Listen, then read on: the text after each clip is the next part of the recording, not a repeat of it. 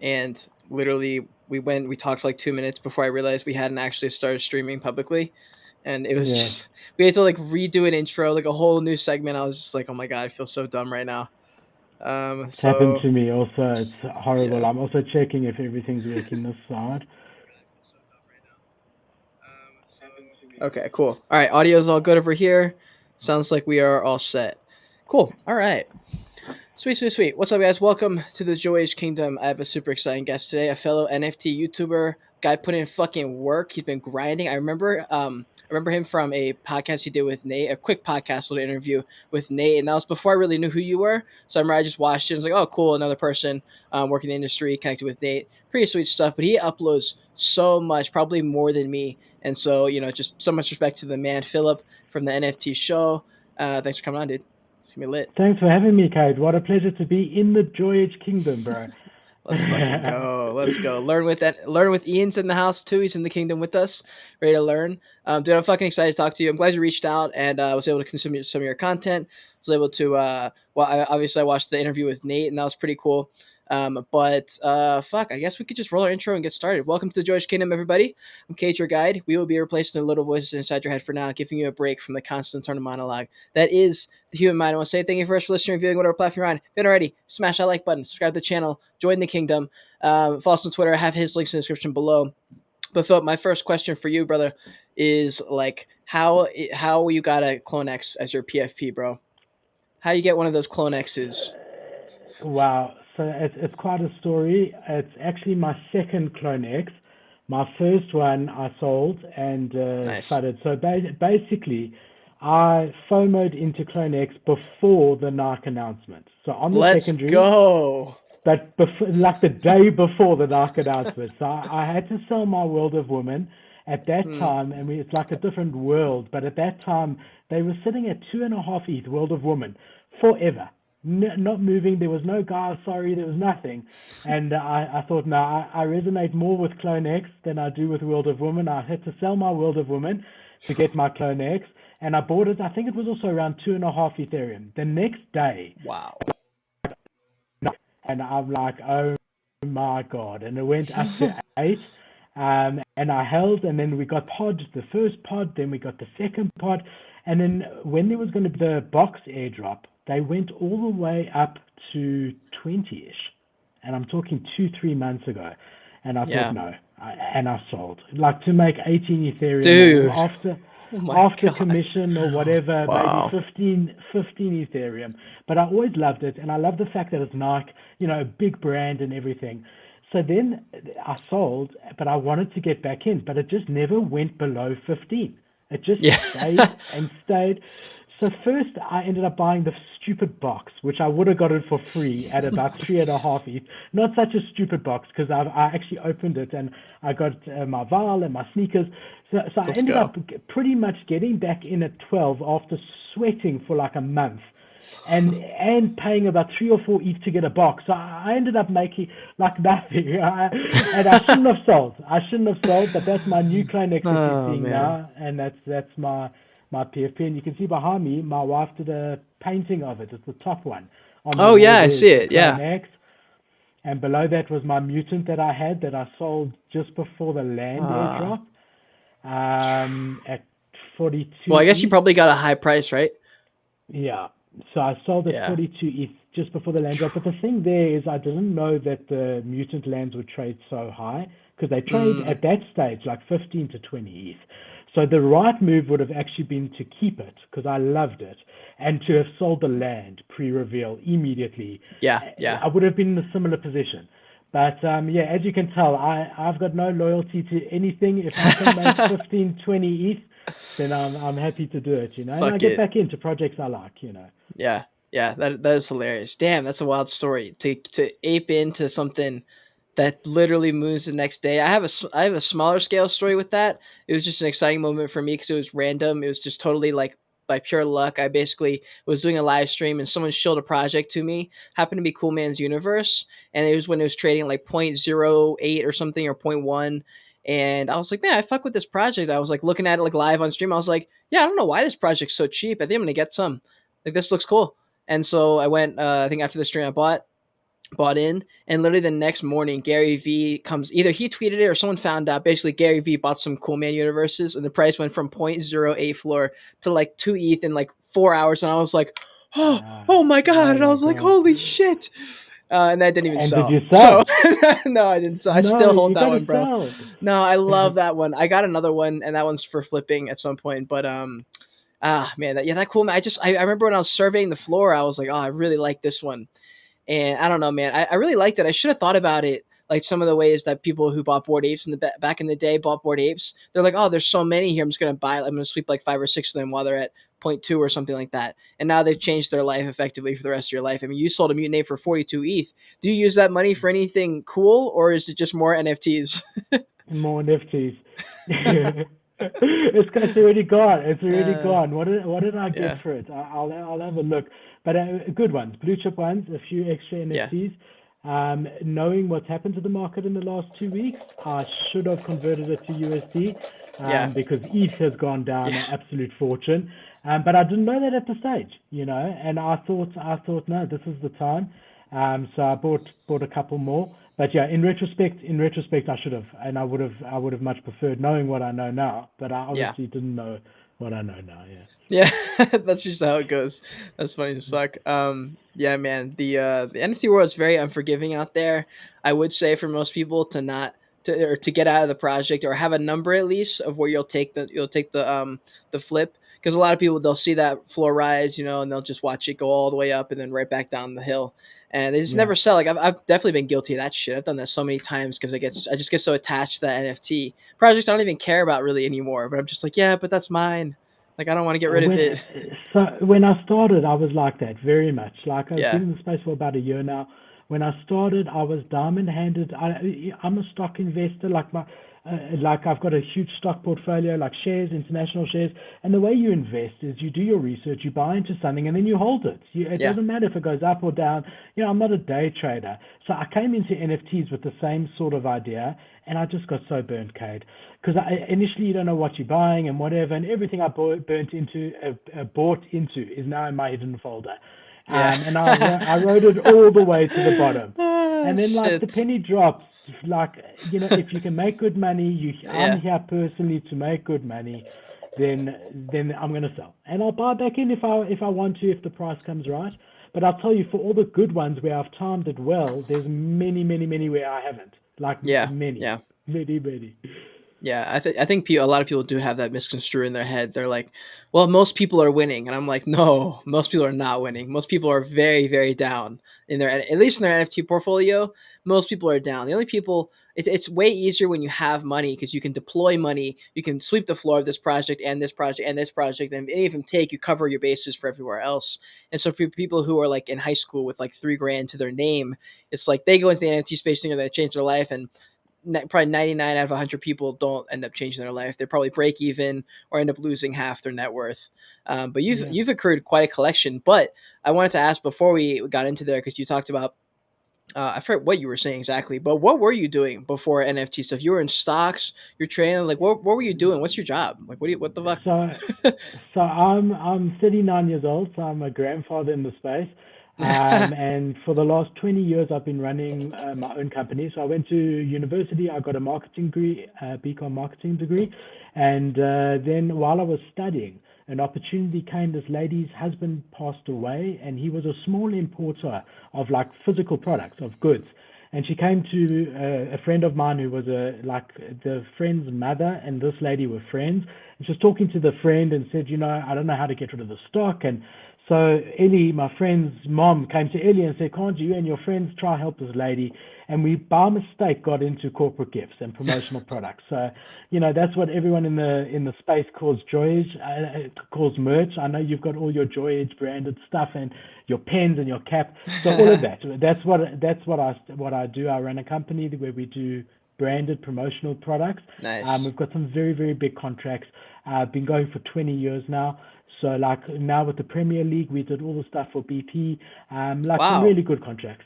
So that's what I do as my day job. And then I found NFTs, and I've got a addictive, crazy personality. And when I like click with something, I really go for it. And that's what happened with NFTs. I just wanted to learn more about the space, get more involved. And now I spend like a good 80% of my day on NFTs. 80%? Yeah. Doing what exactly? What is So, your day trading? so yeah, so no, a little bit of day trading, but like doing research for the shows that we do, researching projects. I've got a Discord with maybe 400 people in it, just helping them out, answering some Yeah. questions or whatever it may be. Mostly just researching and like keeping my finger on the pulse, like news as well. Also consult for quite a few projects. In the early stages, I was doing community management. And that's a lot. That takes a lot of time, like Yeah. really a lot of That's time. hard. So at one stage, I was doing community management for 3 projects at the same time. Now I've stopped taking any more roles of that on because I just don't have the time. But there's still one project that I've been with for 5-6 months that I'm still doing. But when that finishes, I'm going to stop doing that because like there's a limit. I mean, Yeah. there's only a certain amount of time in the days. But yeah, so busy. There's not enough time. If I could, I would double the amount of time I have, and I'd still be busy. Holy shit. Well, everyone who's in the chat right now, if you haven't clicked the like button for that story, then I don't know what's wrong with you. You bet you click the like button for Come that. on, That was a click the crazy like, story. guys. Yeah, click the Yeah, like man. button. That was an awesome story, and I can't. I think it's so fun when I am just doing podcasts with people and I find out what they're doing or what they're about behind just the NFT profile picture, and it's just wild the amount of different people that you meet and like so many different stories, so many different experiences. Like I never would have probably guessed that you were like, oh yeah, I run this entire company for the past 20 years. This is just something I do on the side. It was fun. I do a YouTube show now. Um, but that's fucking wild. That's really really cool. So with the show that you do, the YouTube show, is so you said 80% of your day is NFTs. But what percent of that is you DJing and shit, and then versus like preparing for videos and filming and editing and stuff? Yes, I mean, it really depends on the market. Currently, most of it is building and preparing for show and like fixing things and things like that. Because there's not much DGen opportunities available. There's a little bit here or there. True. When there's a lot happening, like if there's 7 whitelist mints in one day, like 2 months ago, then it could be more than that. But now that Yeah. I'm there, I really am enjoying building stuff. Like that's what I did with Perkel with my business. I enjoy building something from nothing. And that's what I feel like I'm doing here. It's just like, I don't even know what my end goal is, to be really honest. I know I'm building something good. The people that follow me and come into my Discord and like, I'm just there for them at the moment. I don't know what the end goal is, but I just want to build goodwill and provide value and see where it goes. Yeah, that's awesome. That's probably the best way to go into, especially with YouTube. So you started the show. What was the reason you started the show? A lot of people don't start YouTube channels because that shit is a lot of work and it's hard and it's nerve wracking because if you put your name on something and it goes to shit, people blame you. Like, why'd you start doing YouTube stuff? How long you been doing it? So that's not too long. That was the end of December last year. So it's about 5 months Mm. only that we've been doing the show. So basically, because I don't know if you remember, they've gone to hell, unfortunately. I don't know if you remember Space Punks.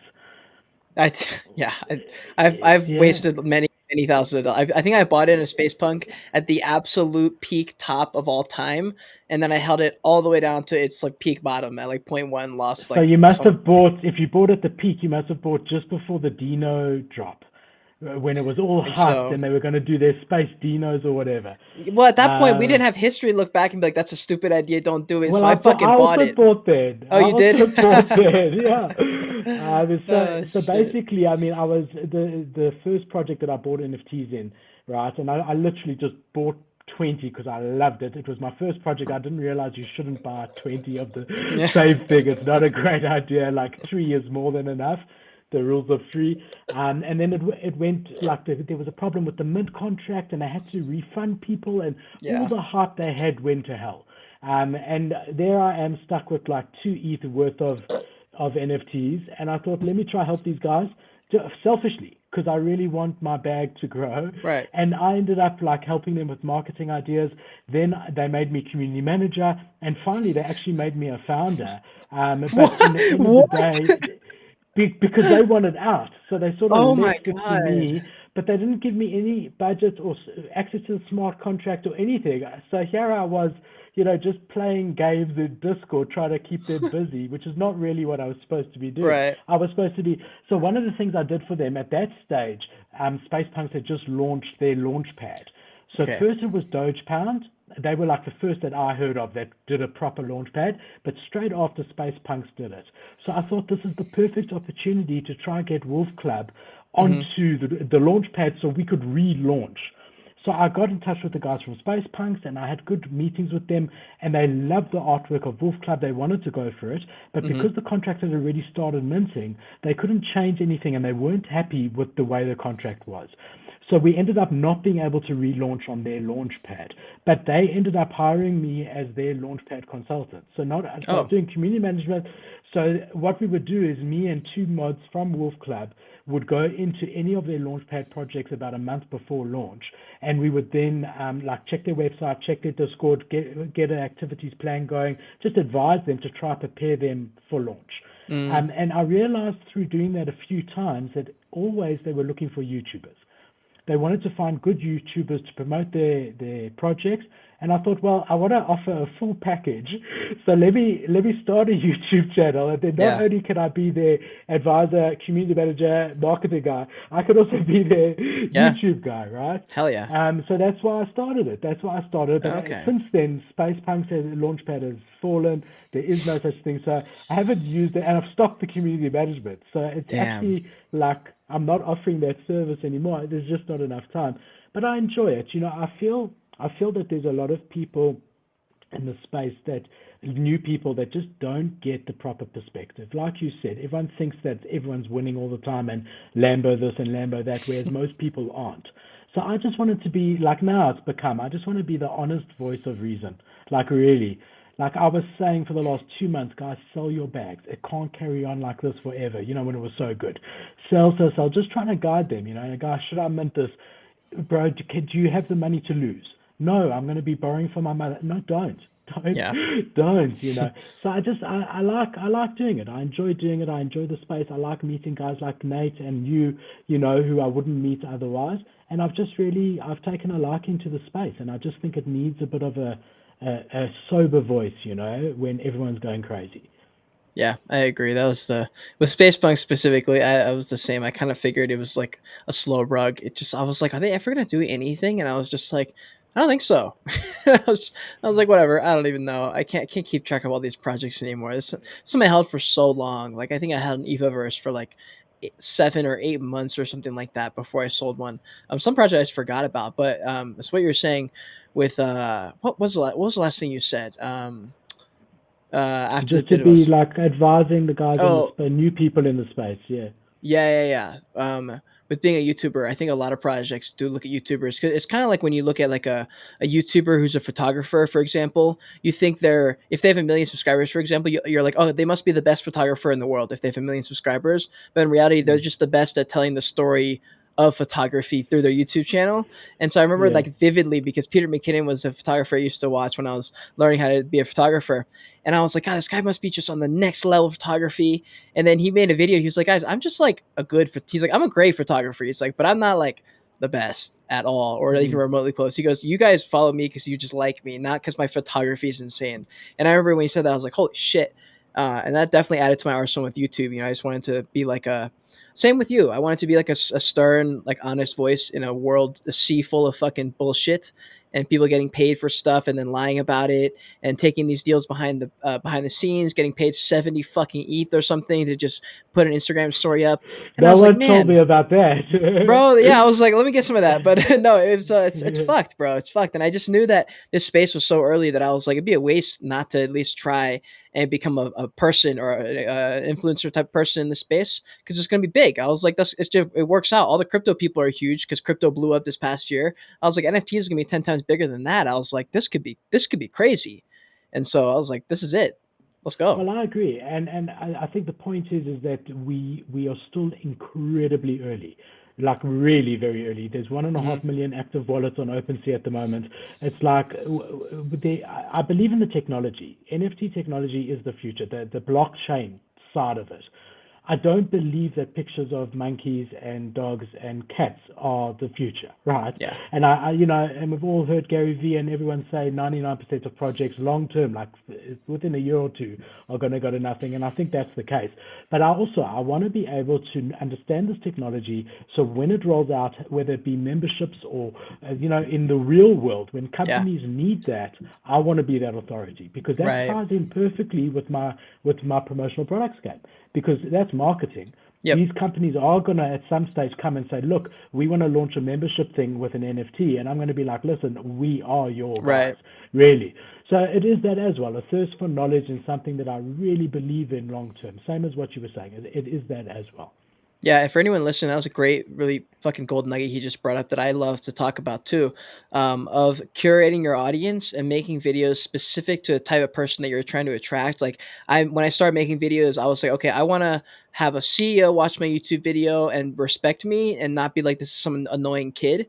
And I was like, I want founders, project founders, entrepreneurs, CEO people. I want to attract those kind of people to watch my videos and builders.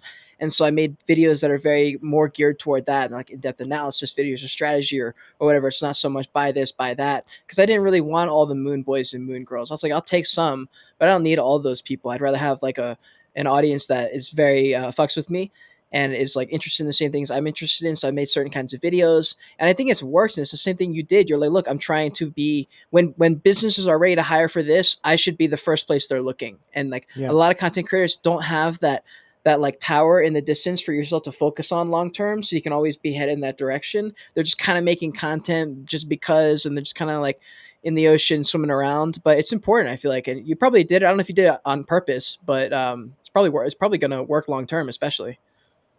Yeah, I think so. I do think so. And I must just say that even before I was interested in starting YouTube, I've watched you for a long time. Let's And go. you're great. No, Thank you. I do. I love it. And I love it's a real format, same as mine. Like ours are live shows. I know you do some pre-recorded, some not, or whatever. But it's the same. It's just real. It's just raw. Mm. It's just like whatever. It's not like you and I sat here for 2 hours before the show and said, "Look, I'm going to ask you this," and Oh yeah. it's just this is what like that's why I really do vibe with you because Yeah. we both the same. It's like this is it. It's real. Whatever you're hearing now is the first time Cade's hearing it. It's the first time I'm hearing it about Cade, and that's it. And that's really what I enjoy about it. I mean, there's no preconceived outcome or anything. It's just let's go. I identify with this guy. I enjoy watching his stuff. He's always honest. I mean, when you came naked for the Invisible Friends one, I almost stopped. When you did that review without your shirt on for the Invisible Friends, I was like, okay, maybe. No, I'm joking. And then you didn't Uh, even realize how brilliant it was because it was Invisible Friends. Yeah, that was actually fucking hilarious. That was like top Yeah. tier joke right there. For anyone who doesn't know, I did the Invisible Friends review and just wasn't wearing clothes, and the joke was like, "Oh my god, his clothes invisible." And I was like, "That's actually funny as fuck." Yeah. But yeah, no, I totally planned You that. should have 100% rolled. You planned. should have rolled with it. You should have said, "Yeah, Yeah, I yeah, should that's have. what I." You should have. I should have. Damn, I just wasn't thinking. I maybe was high. Yeah, yeah. But hey, are you going to NFT NYC? Are you gonna be No, like connecting people there? You're not going. no. So I live in South Africa. I've got three children, three boys, beautiful boys under the age of 10. Okay. And I've got this business full time. I got my missus. I can't leave. I don't want to leave them, right? And it's a long flight and a lot of time. And I don't want to take them all with because then it's going to be an absolute nightmare anyway. So, no, if real life events in the States are really like something that I can't do. I miss it because I'd love to be at a VCon, love to be at these things, but just can't do it. No way. Yeah. That's where you're lucky and you don't realize you're lucky. You're in the center of it, which is really, really cool. But for me, I can't. Yeah, yeah. For me, I mean, I'm in the States, so it's way easier for me just to book a plane ticket right across the country. But yeah, I mean, I know a lot of the YouTubers are going, a lot of TikTok people that I know, like a lot of content creators. So who knows what it's actually going to be like? I feel like when I get there, it's not going to be nearly as hyped up as like videos I've seen and stuff like that because you can control like VCon, dude. The VCon videos are going to be insane, but I guarantee you, if you're at VCon, it's not. It's like scaled down like 4 or 5% on like exciting, just because you Mm. can edit it and make it look like super hyped up and super cool. But that's too bad you're not gonna go to the in real life events. I mean, I guess you don't really need to. I mean, this I feel like this NFT space is like kind of almost the first movement besides like the fitness industry encouraging like in person meetups and stuff. And like a lot of YouTubers don't do that ever. But it's kind of like a thing here, like to go to these events, NFT LA and stuff like that. What are your thoughts on it? Listen, I would love to. I really would, and I do think that there's so much value there. Like you have to go to all of these things, because in the end of the day, the space is, and you know this about relationships. And Mm, you get there and you talking to guys and you connect with some guys, and that's going to hold you in good stead going forward. You never know when you're going to do it. So, like in the early days of Percal, I used to go to China for all those shows, and we used to do local shows and all of that. And some of those guys are still my suppliers. Some of the shows we did here, a lot of those people are still our customers today. So, yeah, in real life is huge. yeah, The irony is that we're promoting a product that's saying, okay, the metaverse is the future, right? And you don't have to meet in real life and whatever. And then all of a sudden it's like, oh, we have all these in real life events. But I do think true. that these type of things will happen in the metaverse at some stage as well, and that will be cool because then I can come. I'll put on my Clone X avatar, my Nike shoes. But until then, it's not something I can do. Also, the time to like travel for 20 hours there and back, and the jet lag, and it's just like a waste of 4 or 5 days for me. I just can't do it. True. It's hard. Well, it's whatever. I think you're right about the in person versus metaverse like relationship in the sense that like there's not going to be any point in a few years. But when I don't know if you watched the Gary V episode with Logan Paul and Impulsive, but they talked about NFTs for a lot of The it. They talked recent, about. Mhm. the recent one, yeah, I did Yeah, watch so they some talked of it. about NFTs, metaverse, talked about other things. But when they asked about metaverse, Gary was like, "No, we're like a while away." And Mark Zuckerberg also said the same thing, like we're at least like 5 years out. And I was like, I wonder if they really mean that, or if they mean like 5 years, but it's really like two, and like what that Yeah. even looks like. What are your thoughts on it? So, so I think a few things. I think first of all, to some degree, what we're doing now is the metaverse. Like we're sitting in different locations. Yeah. Okay, my face isn't Bored Ape, but fine. But this is a form of that, and we saw how quickly with COVID, how quickly that all happened. So I think to some degree there is the metaverse already, right? Everyone meeting on Zoom and all of that sort of stuff. The type of metaverses that we're thinking of, I mean, if you go to Sandbox now, bro, there's no one there. I It's mean, shit, dude. It's yeah, absolute if you shit. go to Who's gonna? Why would you go Decentraland, there, right? yeah, I mean the people is what matters. So there are Yeah. metaverses already around, but unless it's the place to be, unless it's cool and happening and Hmm. hip, then it's not going to happen. I think that if anyone has a chance to do it quickly, it's probably Bored Ape Yacht Club. Because it does seem like, not just from a budget perspective, which they do have, but it does seem like they working on a sort of like skin of Fortnite or something, which is similar to what NFT World has done, because they've got a working metaverse straight away, because they're working on Minecraft, they're working on an Yeah. existing. So it seems to me like Bored Ape Yacht Club is doing something similar. So they might come out sooner rather than later. With that said, if Facebook, with all their money, and they've said something like 70% of their staff are for the metaverse and have been working on it for 4 years. Yeah. If they still saying another 5 years, that's crazy to me because like Facebook has a shitload more money than Bored Ape Yeah. Yacht Club does. So it's going to be interesting to see. But I mean, NFT World is a good example of a metaverse that seems to, be rolled out and seems to be working to some degree. So yeah, I think we'll have different forms of it, but like a central metaverse, I don't know if we'll ever have that because Yeah. some guys aren't going to want to come to the Facebook one because it's Yeah. not Yeah. decentralized, and I don't know. It's going to be interesting to see, but there are versions of it already out for sure. Yeah, it's kind of like in the real world where it's like, do you want to go to like Japan, for example, which is very conservative, traditional, and live there? And you're like, well, no, I wouldn't. And it's kind of like with the metaverse. You're like, do you want to go to this metaverse? It's got these rules. You can't do this. You can't do that. And you're like, I don't want to go there. Let's just go to this one The instead. But I do wonder how much people are actually going to spend there. Like until it's got to be like almost complete. Like it has to be indistinguishable from real life before people consider spending, up to like 10 to 12 hours in the metaverse just to go to sleep in the real world to wake up and do it again, like an Avatar or in Ready Player One or whatever those metaverse movies are. But do you think that people are just gonna give up on the natural life? I feel like there's such a big movement for people to like go internal and like figure out life out here and hug trees and shit. But like when the metaverse gets introduced, I feel like are we just gonna like, lose ourselves and become these cyborgs? So look, I mean, at the moment, Mark Zuckerberg has said very clearly that you're going to have to wear something, an Oculus or VR Yeah. or whatever. And I'm not personally going to be sitting there like that all day, like walking Hmm. around the place. So, from that side of things, I don't know. I think it's going to be more integrated into our lives. So the same way, like you sit at your computer and go on Google and search for whatever you're interested in, now you'll enter sort of a metaverse where you Mm, type that in and you end up finding your searches almost like in front of you that you can see and touch and feel. Or if you're going shopping, like on a eBay or whatever, here you'll be walking through almost like a shop.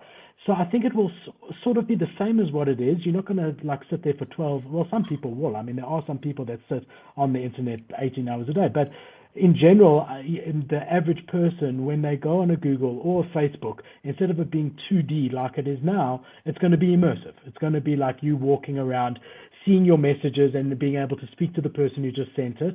But you're yeah. not going to spend 14 hours a day on Facebook unless you do currently, right? Mm, that is interesting. That's how I Yeah. picture it, but I don't know. I mean, who knows? But that's how I think about it. Yeah. Well, and you're also, yeah, I feel like in your position, people probably are coming to you from a place of trying to learn and just like ask a lot of questions. What do you say for people who are trying to like break into the space, I guess, or like I don't know, come up with skills that for jobs that don't exist yet, kind of thing. Like, how can they prepare? Like, is it just to learn coding? Like, I feel like coding is a pretty solid answer for a lot of people, but the thing is, coding sucks. Like, I fucking hate Yeah. coding. It's hard and it's not fun at all. But I don't know what to tell people sometimes. I'm just like, I feel like creating content is the best way because to be like a face and a personality is just very helpful. Like in all genres, you can always use that and leverage your audience and leverage the support you have and stuff like that. But I don't know what else I would tell them. Like, just So I think connections. like not everyone's wired like you and me to do this, right? I think it's the same as if like one of my children came to me in 10 years and said, "What should I do as a job?" I think Mm, that the answer is you've got to find what you actually enjoy in the space. So if you do enjoy being in front of a camera, then yes, definitely do content creating. If you enjoy coding, then learn how to do a contract, a smart contract. If you enjoy people, then become a mod somewhere and learn how to become a community manager. So don't just do something, because if you're doing it just because you think that's the skill that's going to be needed and you don't enjoy it, you won't stick with it. Because any of those things are hard work, consistent work. I mean, I can see how much work you put into your YouTube side. Guys see it, they just think you pitch up, and and I know you can't do that unless you've got a passion for it, and you do. yeah. But you would maybe do it for 4 months and then stop. So I would say to those people, find what you love. Find what you love in the space and what part of it. If you love drawing and art, become a digital artist. So find something you love and do that, because then you'll be successful no matter what, because you'll enjoy it, right?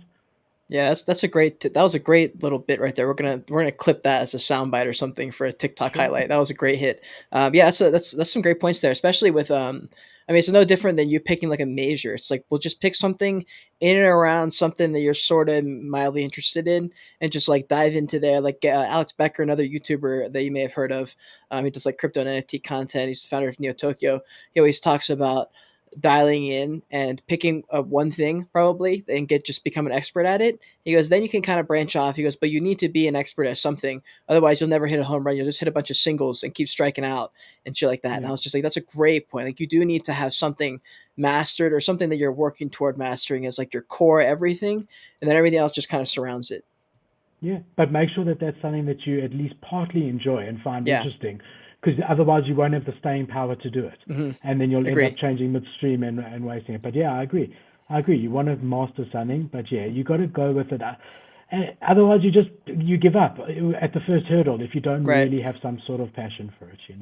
Yeah, yeah, I 100% with the camera, especially with the camera thing. How you said you're like, if you like being on camera, then it probably makes sense. But if you don't like it, don't do it. Because yeah, there's many days where I don't really feel like filming, and I'll still Mm, film like 4 videos in a row, where I have to edit like 5 videos. I'm like, I just really would rather do anything else on earth than edit these yeah, videos. But I still have to do it. It's not that bad. Like I'm sitting there, I'm like, I'd rather be here than like fucking cleaning dishes at a restaurant or something like that. Like for like a sure. normal job.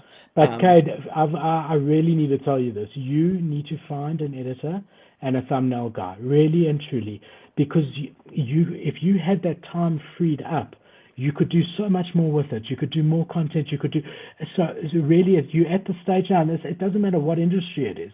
When I started Perkel, and I started it from my parents' house, I was the receptionist, I was the driver, and oh, let me check with accounts quickly, and I'm accounts, and but there comes a stage where, and you at that stage where your time is more valuable to be done on stuff that only Kate can do, right? And the stuff that a lot of other people can do, and it's not expensive to get that if you find the right person. Honestly, you need to take that plunge. You have to. Mm, You have to, and you'll find it will change your life. You'll now be freed up to do so much more that will have yield better results with your time than what you're doing. And in the beginning, you got to do it yourself because yeah, yep. there's just no budget, and But at this point, with the amount it will cost you, I mean, just put a thing in your Discord and say who's got editing experience, and open a ticket and whatever. Get a few people, chat to them, see you can do it, and get it sorted. You'll spend a few hours teaching them how you'd want Yeah. it and everything, but you'll never look back. It's like when I hired my first driver or my first receptionist, or it just changes your life. And I'm telling you that you're at that stage. I really believe it. Yeah, I think I am. I don't think I'm there yet, only because of the with the lack of consistent income. The income in the NFT space, which I'm living on full time right now, is super inconsistent. It's consistently inconsistent, I guess. Like I've never not been net positive, or even really close to that. But I still, I mean, there's like days in between where I won't have any kind of commission work or anything. So I would love to have some kind of stream of income that is more, what's the word, more consistent, just like I know I'm getting this Reliable. much money. Yeah. But yeah, Yeah. reliable in source. And then I would love to, yeah, editor is probably going to have to be the first one to get into. And then I'm just really building a community. I'm not really doing like an NFT project yet, or if I will. But you have an NFT project. You've got like a full on Mm. alpha NFT thing, right? Or some kind No. of alpha thing. No, so I don't have an NFT project at all. Basically, what I offer as alpha services is within other projects' Discords. So Ah, you go into some Discords and there's the alpha section with news and alpha calls and right. security alerts and all of that. So I'm doing that for a couple of projects because Mm, anyway I'm doing the research all the time. I'm on the NFT news streams all day, seeing the latest news, and I'm already compiling those lists for the shows. I'm already seeing projects really early that I think are going to blow up. So I'm doing all the work already, and I just thought it was a natural fit to provide alpha services to Discord. So I'm already doing the calls in my Discord, some of them, at no charge. You just come in the Discord. There's no membership. There's no nothing. At this point, it's just okay. a service. But Wow. yeah, it's just a separate thing that we offer to other projects. So we've got like 7 projects signed up at the moment. Wow. And I go in for like 5-10 minutes, set up the channels, and then I just post from different channels in my Discord and transmit it out to them. And it's a win-win because they're adding great value to their holders. They're giving them great information. Yeah, and I'm already doing it. So whether I do it Yeah. for 7 or 700, it's easy to scale it because I'm already doing it. So Yeah. that's something that I would love to build more because, as I say, it's like so scalable. It's not like I need to be spending hours in each of those Discords. Yeah, I agree that when I first got into the anti space, it started like that. I was like an alpha caller person for the Mm. Ugaverse Space Days project, and I don't focus as much on new projects or like which projects to buy and stuff like that. So I don't think my type of information was as helpful as some of these other alpha callers that people want, especially like the flippers in this space. But yeah, I was in there. I think I would give them certain time sensitive videos like an hour before I would go public. But I think for anyone who's a content creator, even if you're a TikTok or something, I know sometimes people have stigma, have like a, they feel some type of way about TikTokers. They're like, oh, that's not real, or like it's way easier to get followers on TikTok, so people don't take them as seriously sometimes as YouTubers. But I think anyone who's making content can leverage that platform and say, hey, I have these followers for a reason. I'm really good at this stuff. I'm already doing this kind of research. Can I offer any services to your Discord? And then you're able to get some type of compensation. But is that even Mm. so? That kind of work, is that something that can sustain someone full time? You think, or is that more of a part time gig? No, as you said, it's not. Then the next month the project's not doing so well, and they say, "Look, we loved it, thank you, but we're not continuing." Yeah. No, nothing in this is a risky space.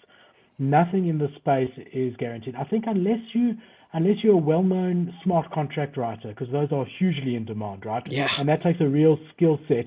And there's like, okay, today not so many, but sometimes 50, 100 projects a day at the peak of it being launched and needing things. But Yeah. what we do, I mean, so I've never done it. I've never done it for income. I've been very successful. It was really just something I enjoyed doing that just turned into this. I still don't know how, but I'm still not sure how I feel about it, right?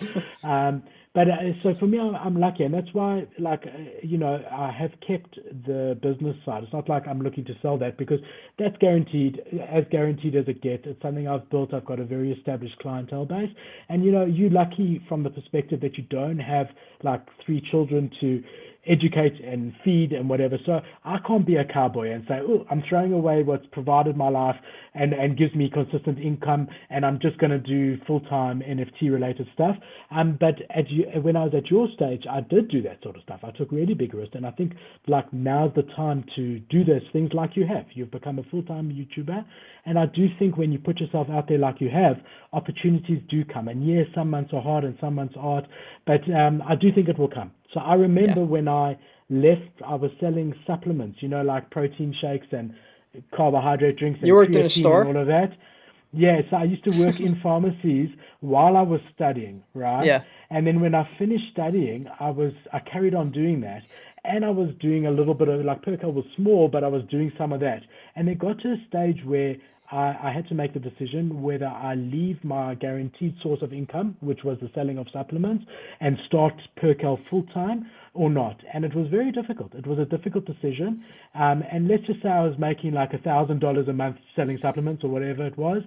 The first like month of Perkel, I made like $300. And the second month I made like 500, and then the third month 200. And it took a good year before I could actually look back and say, I'm actually making what I was making employed, but now I'm self-employed, right? And Hmm. that was a really tough time, but I did it at the right time. I did it when I didn't have financial responsibilities. Do you know what I mean? Yeah. So, worst case, I had bread and water instead of, or whatever. I Yeah. could because but I wasn't making my family have that, right? My children, because I didn't. So I do think now's the time to take those sort of risks, and they do end up paying off. You've just got to stay that course. Don't listen to any of the noise. Like don't waver. You've got a vision, and you've got a good vision, and just keep going no matter what, and the rest will fall in place as long as you're putting in the work, and you do. So I believe in you so much. I really do.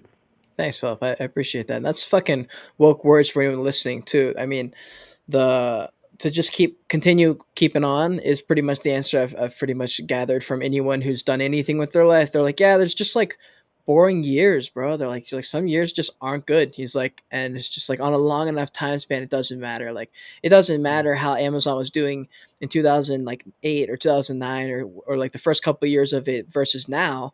They don't even remember those hard years. Like, oh yeah, that sucked, and then they move on. It's not that big of a deal. So like getting caught up in little moments, little things where you have like a couple weeks where you don't get paid or whatever. If you're able to handle it, like, what did you have any money on the side when you took that risk, or did you literally just say, "Fuck it, I'm just gonna live off whatever I can make"?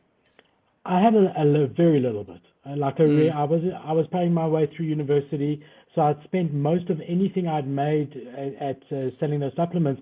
That was my university fees. Like when I finished university, I had barely anything. So I mm, waited about 6 months after. And I was really frugal and saved up a bit. I had maybe 2 months covered, and it took me a mm. good year to actually get to where I was before. So it wasn't easy. Wow. But I knew that that's like this was the way to do it because I saw the potential in Percal before anyone else did, and I started it, and he's still my best friend. I started Percal with Ellie, so Ellie Perpignan, so that's the Per, and Philip Kalinko is the Cal. Mm, So we started it together, and Ellie in that first it couldn't. It was just like for him, no, he didn't see the same shared vision, and he didn't see where it could go, and he was like, no, bro, like this is like, $60. Yeah, I can't do it. I yeah. said, bro, please, I need you, and if we keep going, this will become something. And he said, I'm sure it will, but you'll do it with or without me. And he ended up immigrating, went to London, done incredibly well there.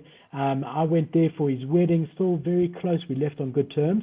But yeah, I can see it in your eyes when I watch you. You've got that same staying power.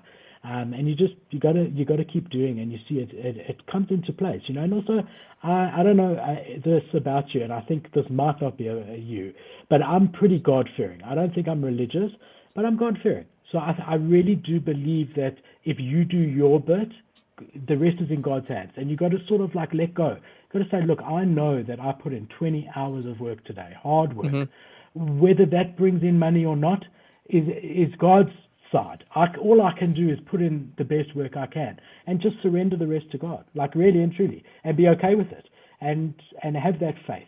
And as long as you're doing your bit, in my experience, and really doing your bit, and working like you do, God does the rest. I really do find that, and I think that that's really like when Bianca and I decided to have kids. So I've been married to Bianca. I hope I don't get this wrong. I hope she doesn't watch. I don't even know how old I am sometimes. Like I'm bad with dates. We've been married for 13 years now, and like 4 years into it, we decided we wanted to have a child. And that's a huge financial commitment as well, and many other commitments Huge. like that go with it. So listen to this. So we fell pregnant straight away. We planned it that we'd have the baby over December because then I wouldn't have to work. So it Hmm. was all perfect, and I usually things go according to plan. And bro, to cut a very long story short, it ended up being twins, right? Oh my So god. yes, I've got twin 9-year-olds and one 6-year-old. So Oh not my only is it not god. one, but it's two.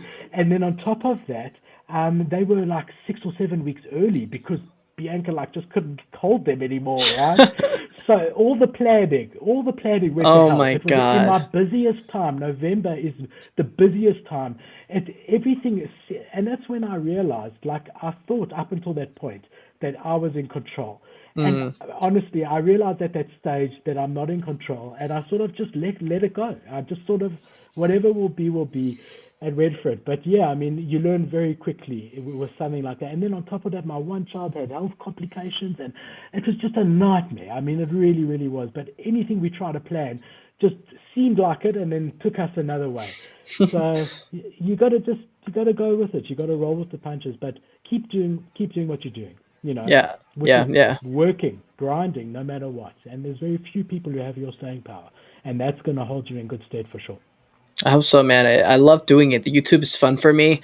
I love being in front of the camera. I love filming. Like live stream. If I could live stream every single day, I probably would. It is ending up. Or it does end up being like emotionally draining somehow, even though it doesn't feel like it Mm. when I'm doing it. As soon as the camera turns on, I'm good. But afterwards, I like lay in bed. I'm like, holy shit, that was long. Yeah. But I love streaming and I love doing YouTube in general. I've wanted to be a YouTuber forever. So this was like the first like niche I've been in where it's like early enough to where I can have a voice and actually be somewhat not oversaturated. Like everyone says, YouTube is oversaturated, and maybe it is. But if there's a new industry, then that industry needs to be saturated, and so you can find an early enough place to make content about and insert your personality, build your own brand. Like I have some NFTs, but they're all photography. They're all little art pieces or like my access keys, but they're not like an NFT project with like 10,000 avatars or anything, because I just want to build the brand and just build the name over the next 50 years to be like a Joe Rogan type figure in this space where it's just like whatever I'm interested, I could just make stuff about that. And, my sponsors will just roll with it. It'll be totally fine. So I'm trying to like project years into the future here and plan for those kind of things. And so far it's been working. There are some days where it sucks and I doubt everything. And I'm like, wait, what am I doing again? Or like, and I start to lose faith, but then I don't know. I feel like just being self-aware and like yeah, being self-aware and not believing every single thought that comes to your head as being truth. Sometimes thoughts just pop in your head for no reason, and as soon as they're there, they're just gone, and you don't have to believe all of them. But that shit takes forever. Like that's the problem with movies and shows is it speeds up life. And some people are like, oh, you do this thing, you do that thing, and by the end of the 2 hours, everything's fixed and we're good to go. But in real life, like that 2 hours is like 25 years. It takes fucking Yeah. forever. Do you have any tips It for does. people who are doing business, who want to do business, but they're not? Maybe they don't probably understand what is about to happen to their life if they try and do their own business. Yeah, look, I feel it's exactly the same as anything else. It's a huge, there's positives and negatives, right? Mm. So being self-employed is incredible because I can go there with a long beard and no one tells me to shave. And there's those things. But in the beginning, those months where I didn't make money, I lost money. I would Mm. always pay my staff, but I would go hungry, right? Because the buck stops at you. Whereas if you're an employee, you're guaranteed of your paycheck. Obviously, Yep. you have to keep your job, but at least that's relatively guaranteed. So there's pros and cons to both sides. I think in the end of the day, you've got to just be able to commit, like you doing in anything. It's the same, and work really, really hard. There's Hmm. for me, I feel blessed and whatever. There's no luck in it. It's it's like it's the same as when you used to, well, me, when I used to try pick up girls. You go to 10 and one would say yes, but Yeah. great, you're happy as Larry, right?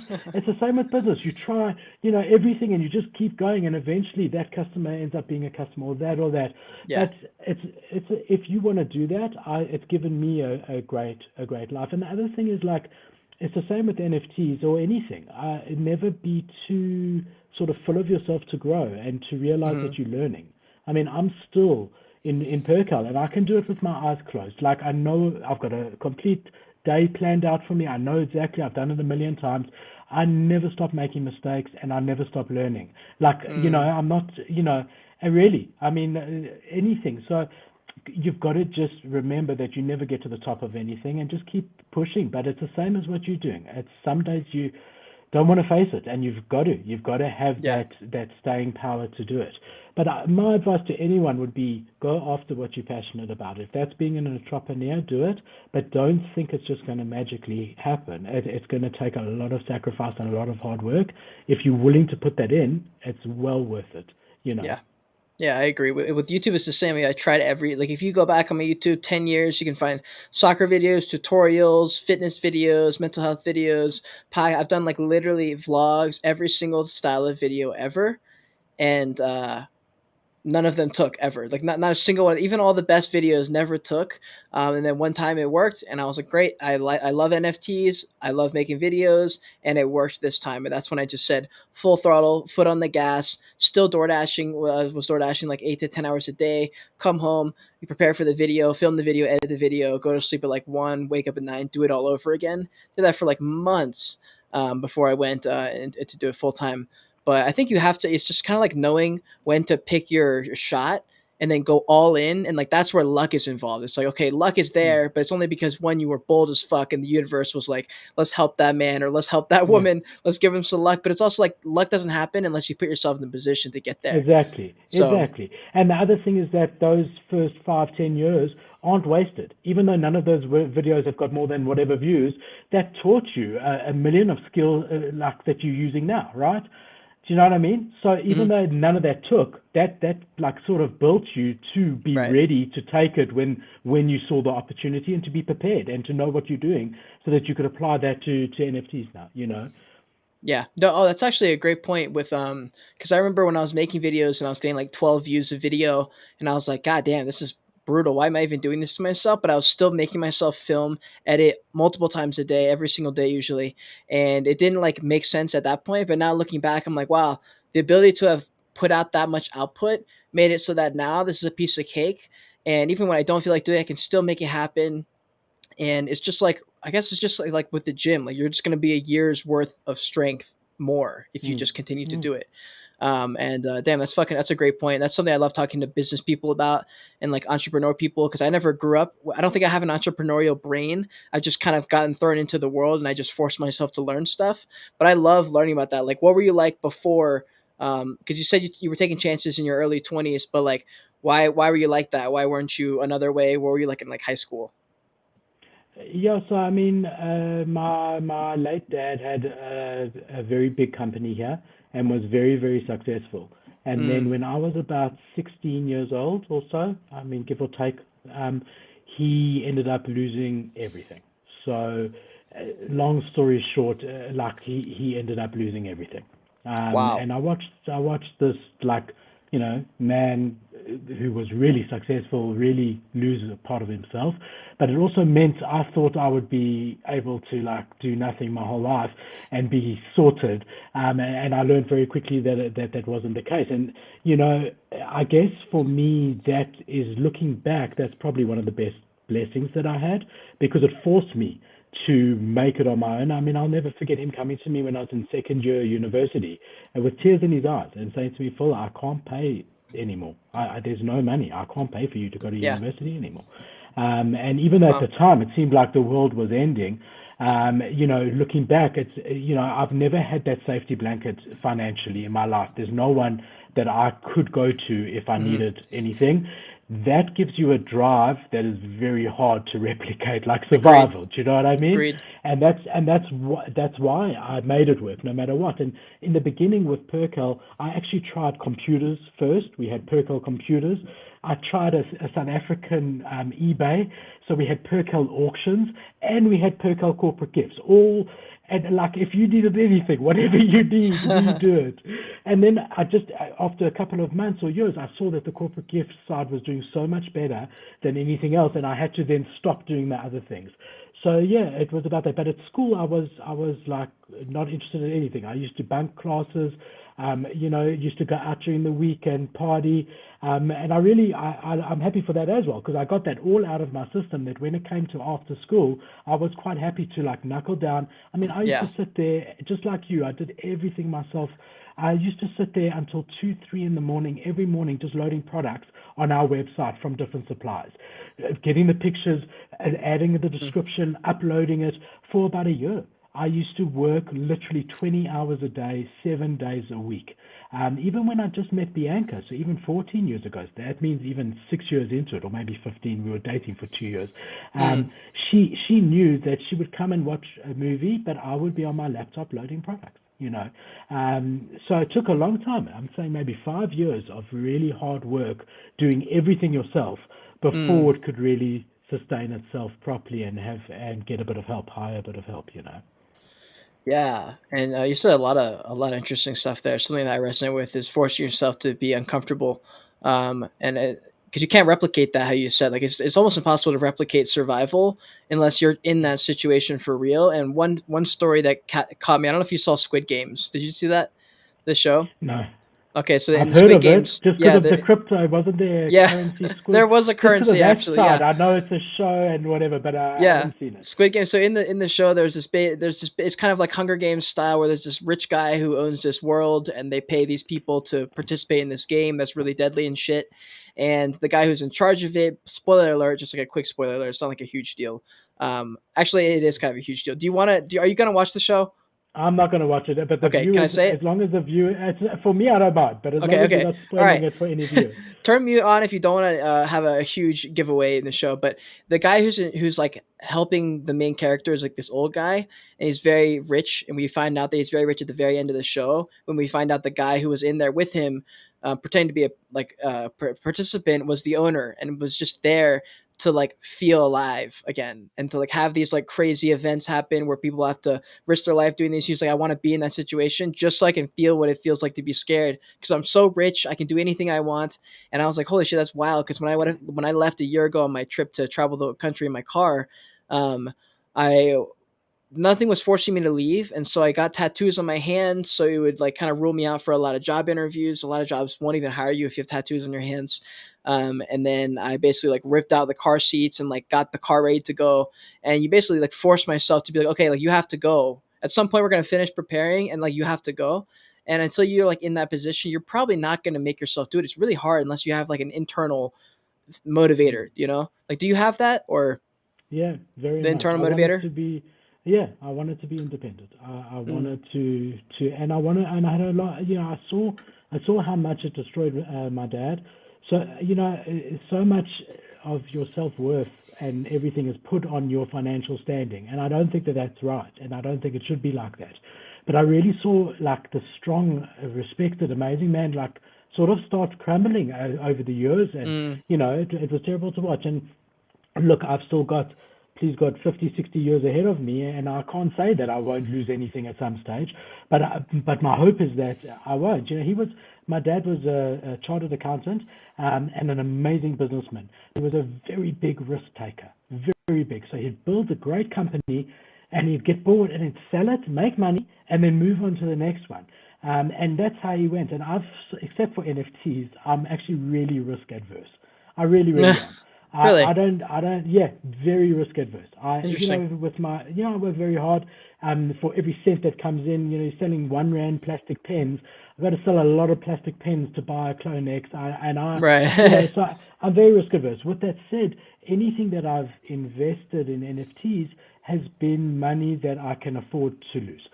So, if I'm sitting there and the kids have got everything they need and the house is paid off and all of that, and let's just say I've got $100 left that is not for a rainy day, I've got another $100 for a rainy day, I'm Mm-hmm. taking like $10 of that $100 that is doing nothing and I don't need and putting that in NFTs. So Gotcha. and because of that, I can weather the ups and downs. Because if it does, I really do believe in the projects I'm invested in for the most part.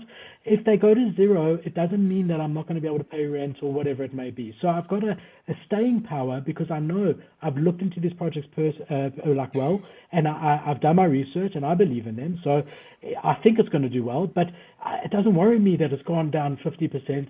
I don't want it to go to zero, but I trust Mm. myself enough that I've made a good decision. And if it does go to zero, then it's not like it's going to affect my standard of life.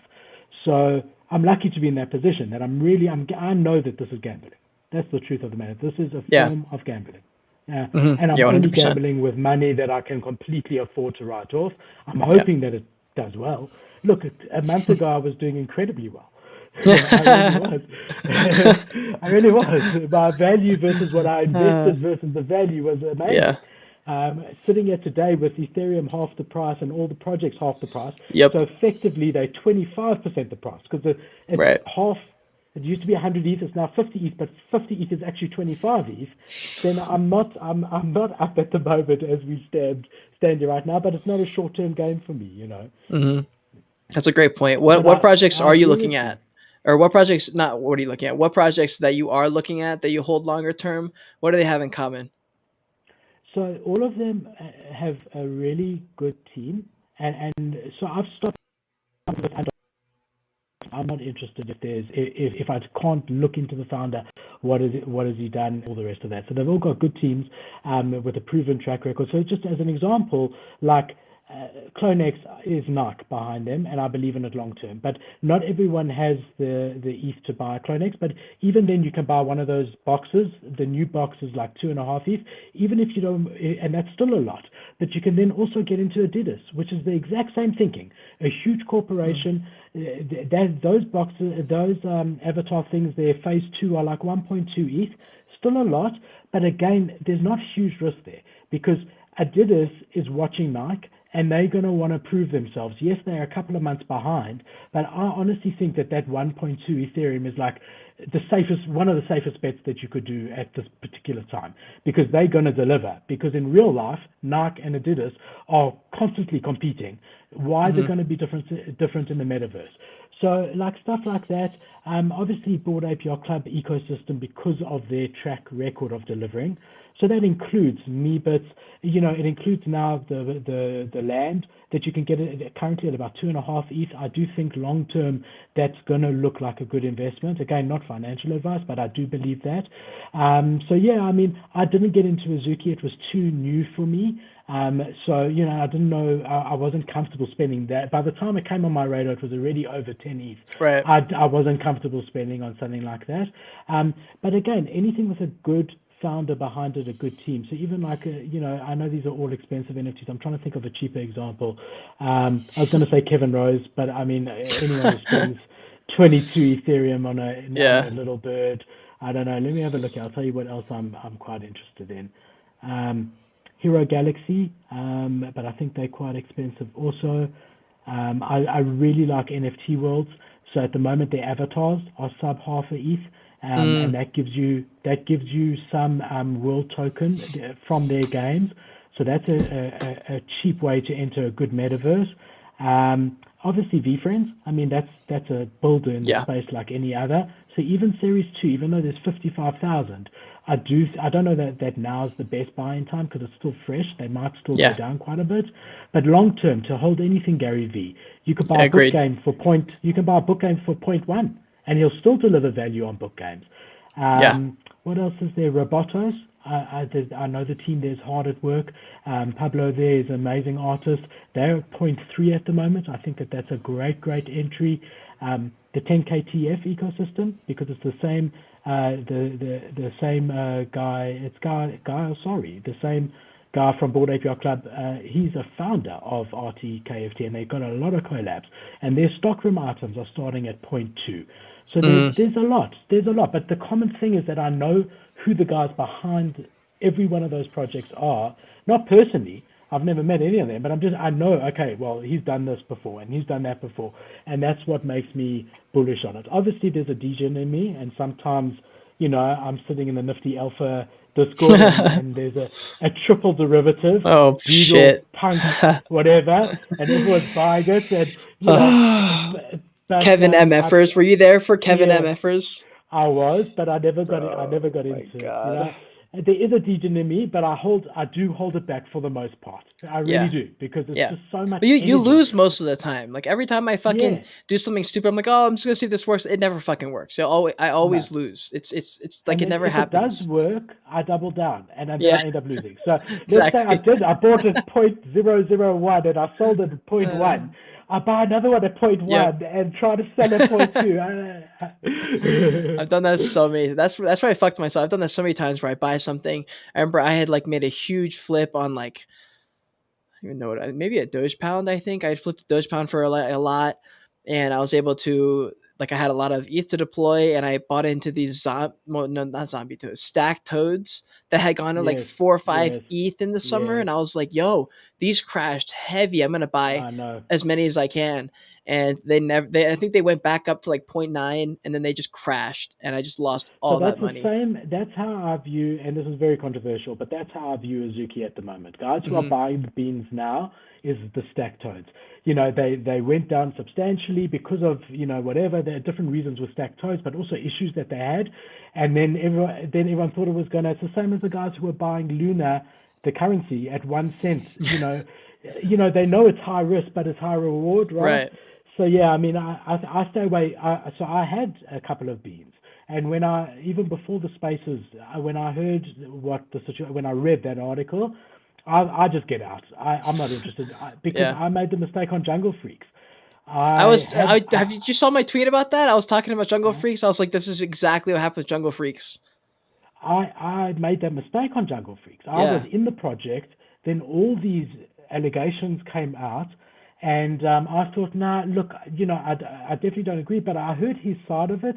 His side was like, look, he was an employee there, none of it was his idea at all, and he just sort of did what he was, and it was 50 freaking years ago. It was a different, or 30 years ago, it's a different world, and, none of that is his belief, and I thought, yeah, okay, it's not great, but, I'm not getting out at point 0.2 now when I Yeah. paid Yeah. 1.5 ETH, and I ended up getting out at 0.002. I have seen that come back a Oh. little bit now. Yeah. Um, Oh my but yeah, god. so since then, if there's any sign of real FUD, so not rubbish FUD, not like, but real FUD, like that's got merit, I'm not sticking around. I'm the Yeah. first guy out the door, gone, disappeared, gone.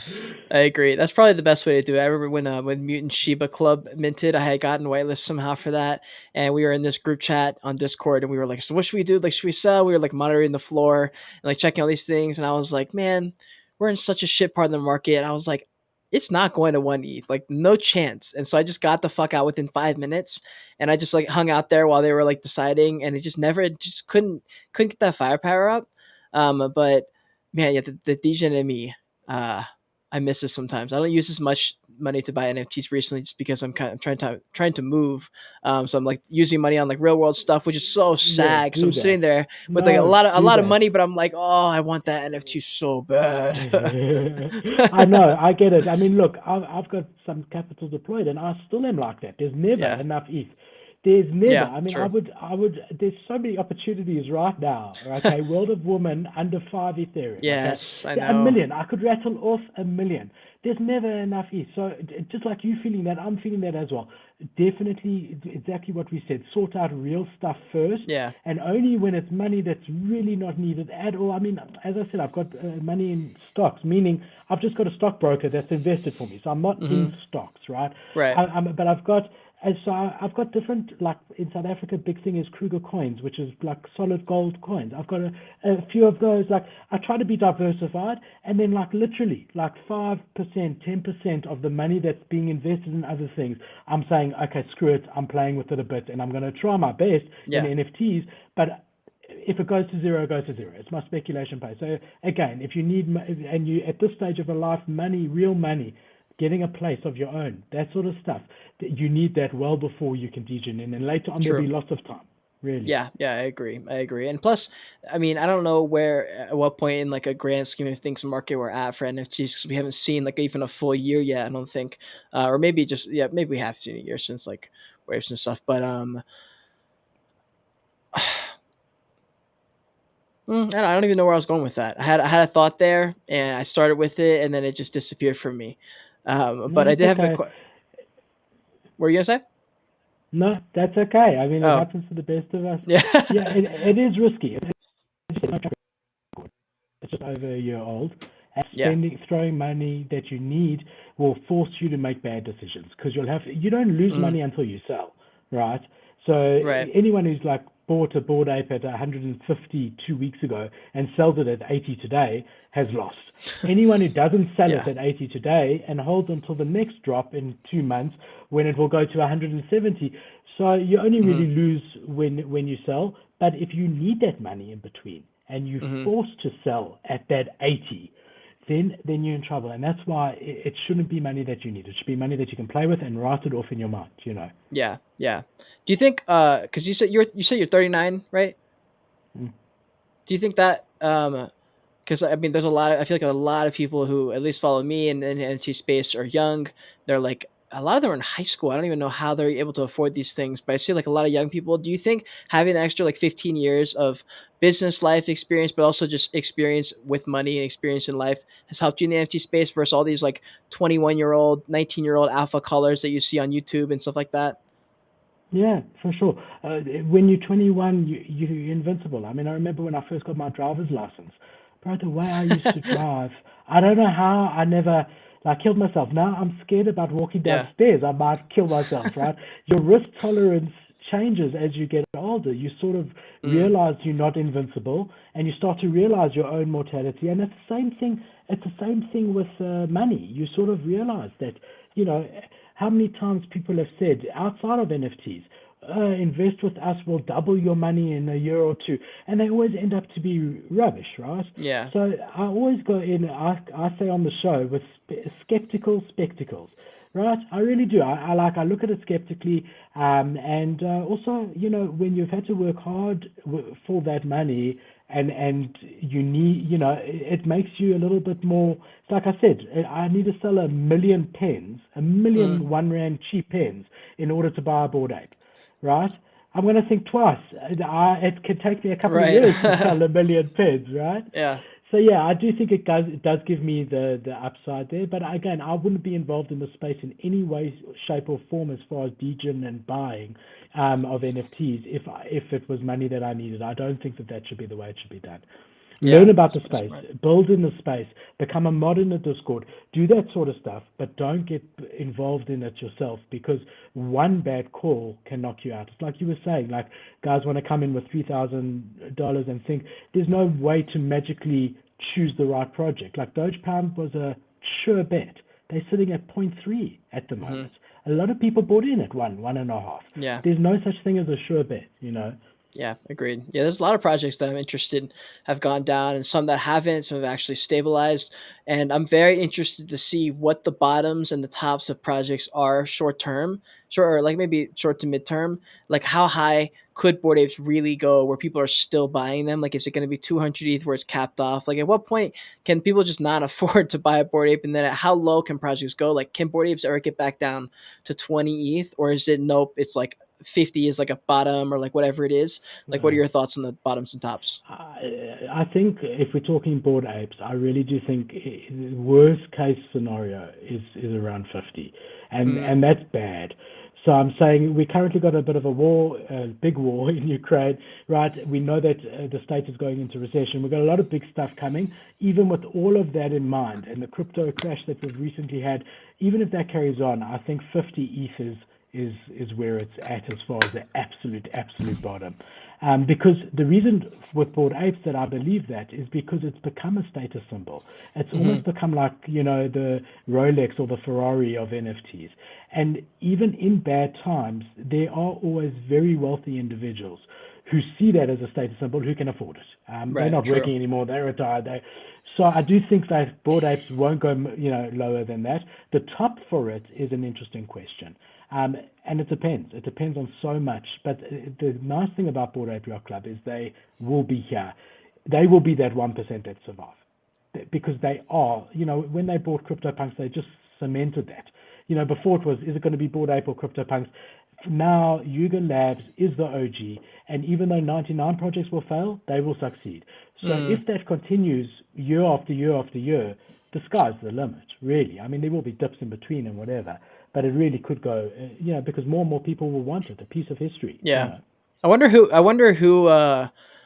could compete with the Board Ape Yacht Club, like what it would take to be able to actually compete. Like people were comparing Moonbirds for a couple days because it went up so high, but they were like, Yeah. yeah, but can Moonbirds do anything? Like they've only been out like a week, like people were trying to compare Board Apes. I'm like, they've been out for a year. Like, what are you talking about? It's not the same thing. Like, what would it take? Could a project who didn't start in 2021, do they even have a chance against Board Ape Yacht Club? Yeah, I think so. I mean, you saw before Facebook, we had MySpace.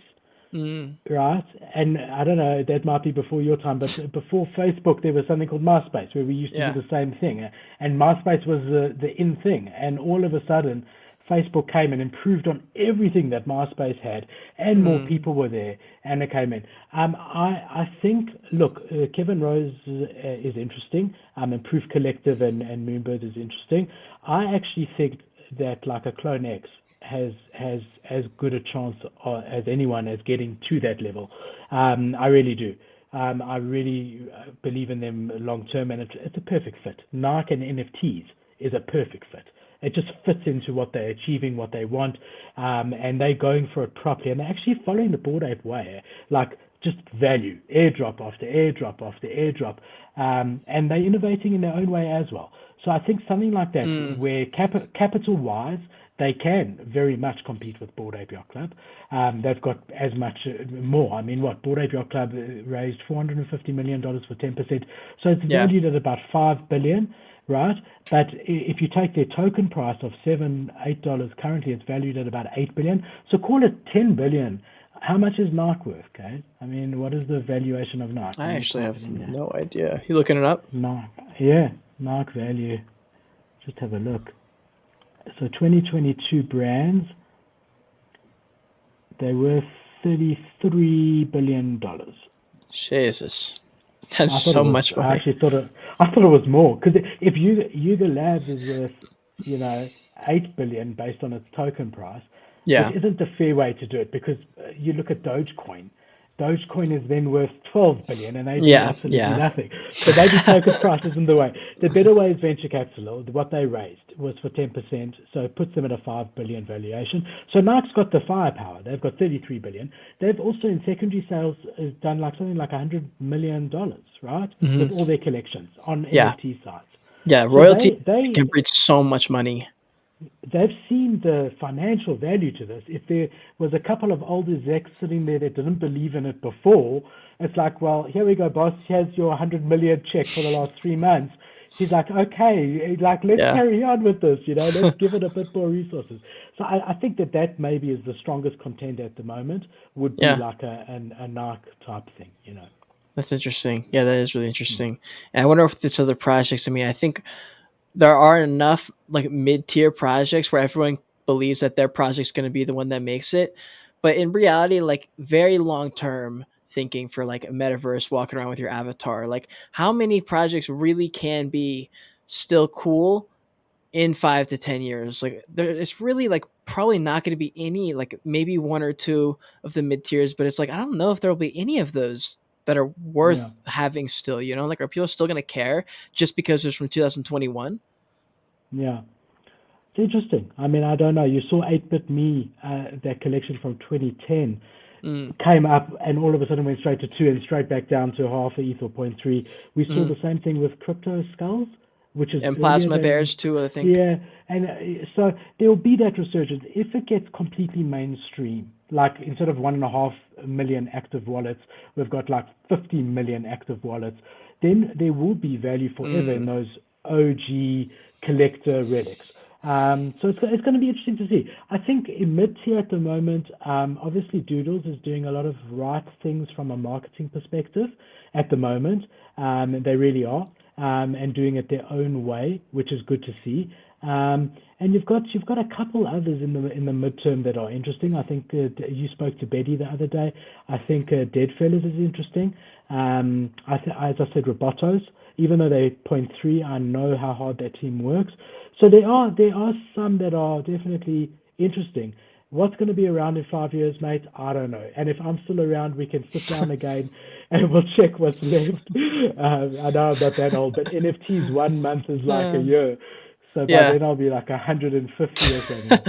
Well, I always But tell no one people can that tell if you. they want to make money, I feel like stacking ETH is probably a more easier way. You probably have a lot less mental stress all the time. Like Mm.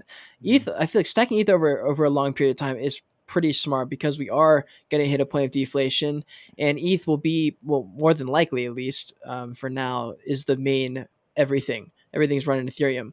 And so I'm like, it just makes sense. Like that would probably be the real move rather than making bets on a lot of NFT projects. Maybe in the short term you could do that, but like over a long period of term, I feel like a lot of people are maybe stacking ETH, or maybe they were stacking in fucking Luna and just took a fat L there. Like, could you imagine having money in a stable coin and losing all of your money? Like, what would you do if you And lost clever 90% people. of it? Yeah, No, well, I can't because I haven't invested. Like, I wouldn't allow myself to speculate with that amount of money. You've right. got to have a diversified portfolio. And even Hmm. within NFTs, I feel that's the case. So have one True. metaverse, have one P2E, have one art, have one, have a bit of a mix inside of there. And the same thing with stacking ETH.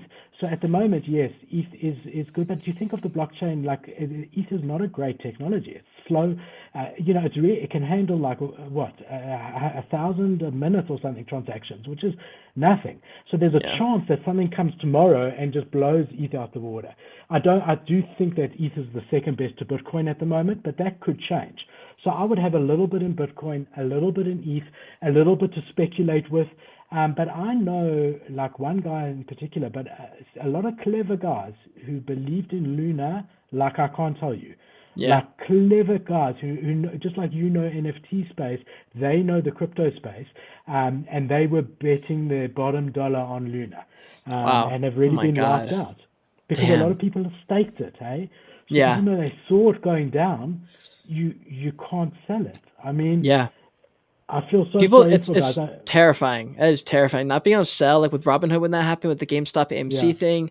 I had some Axie Infinity staked, and I couldn't do anything. It's fucking stuck terrible. because the bridge is frozen. I'm Yeah. just like, are you fucking kidding me? I was like, God, this like crypto sucks so bad right now. But it's early. Like, what do we expect? It's like everything's fucking, rough. It's a rough draft of what the future will look like. It's a rough draft. The intro paragraph, we're like in there trying to figure it out as we go. Like, of course everything sucks. Like, I remember a summer Mm. ago there weren't even videos about MetaMask. What if, like, if something went wrong with your MetaMask, you're just like, The- I guess someone help me, please. Like, I guess I yeah. like I put it in a Reddit forum or something. But now there's so much content out there, and so many people are interested in NFTs. How much bigger you think we're going? Because everyone was speculating when Coinbase NFT came out, we'd fly to the Yeah. fucking moon, and nothing happened. Yeah. Like nothing at all Yeah. happened. Is NFTs, are they a bubble, or do you think in the long term we can go mainstream? Look, as I said, the blockchain technology is the future. It's just like internet was 20 years ago. Hmm. It's going to be your papers for your house. It's going to Right, be right. your medical.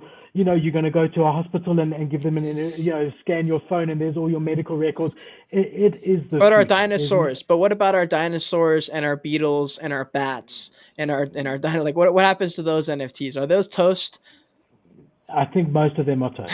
I think there will be. I do. I really do. I think Yeah. there some of them like, and I'm saying Bored Ape, and I do believe it, but I could even be wrong about that. Hmm. Could be But Yahoo. That could be the Yahoo.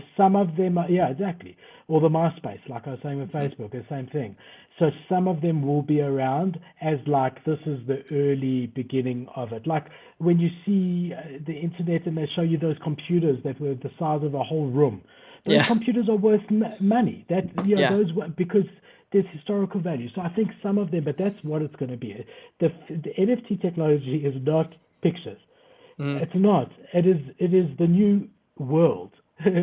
So Yeah. pictures is people experimenting with it, and some of them, a very few of them, will stand the time, but the vast majority, I don't think they will, and that's why I'm no longer diamond-handed. If I can 5x, 10x, I'm out, and I don't look back. Hmm. I'm happy to move on because I know that the chances are that project's going to zero in a couple of months. Yeah. Yeah, I agree. I think, yeah, that's a great point right there, honestly. That's actually, like, a wonderful point, and I feel like that's a great place to stop there, but for people who are listening right now, who I'm sure there's a lot of people who stuck in here from the beginning, because the numbers stay pretty static, so if you're in the chat, make sure you click that like button and subscribe to the channel, but, if you like, if you wanna plug your socials, like, what kind of videos you make mainly, like, what kind of people should be watching your channel? That way people who are watching, like, some people came in late, they were, kinda wondering, like, what you're about, so, yeah, where can people find you? Yeah. So my Twitter is at Philip Kalinko. I think, Cage, you'll probably have to plug them into somewhere Yeah, so people they're in can the see them. description. Yeah, his YouTube and Twitter is in the description, by the way. Yeah, the YouTube channel, we do live videos at least 3 times a week. Fridays is very similar, Kate, to what you do with that nice guy who comes on with you. Tom? I do that Nice. with Tom. I do that with Morland, where we just Hey, pretty much what we've done here. You know, just chat NFTs and whatever. And then they can come into my Discord. Everyone's welcome. Again, no membership, no NFT to get in, and it's a good place to be. Lots of alpha and things like that. But yeah, definitely come on and subscribe to our YouTube if you haven't already. But Kate, for me, this has been such a thing. I really respect you so much, and I thank you so much for having me. And I hope we can do it again sometime because I've had so much fun. I could carry on for the next 10 hours. I was gonna say, yeah, that conversation flew by. That was a great time. Down to come on your show if you guys are ever in need of a guest or something. I think it'd be super fun. So hell yeah, man. And Definitely, I'd love it. for yeah, and for anyone who's listening right now, if you made it to the very end, you're with us right now. I want the code word. I want to spam in the chat. It's gonna be Philip in all caps, so that we know that you made it to the end. And if this is not your first episode with me, if you've watched the Joyage Kingdom podcast before, I want to see OG spammed in the chats. But other than that, yeah, I think we're gonna peace out of here. Make sure you like the video, subscribe to the channel, follow us on our socials and stuff. Philip, thanks for coming on, dude. Thank you, my brother. It's been a good Yeah, time. I'll see you soon. hell yeah, man. Guys, until next time, continue on your Joyage, continue to learn, and be grateful you're alive watching this video. Bye. Yeah, thanks, guys.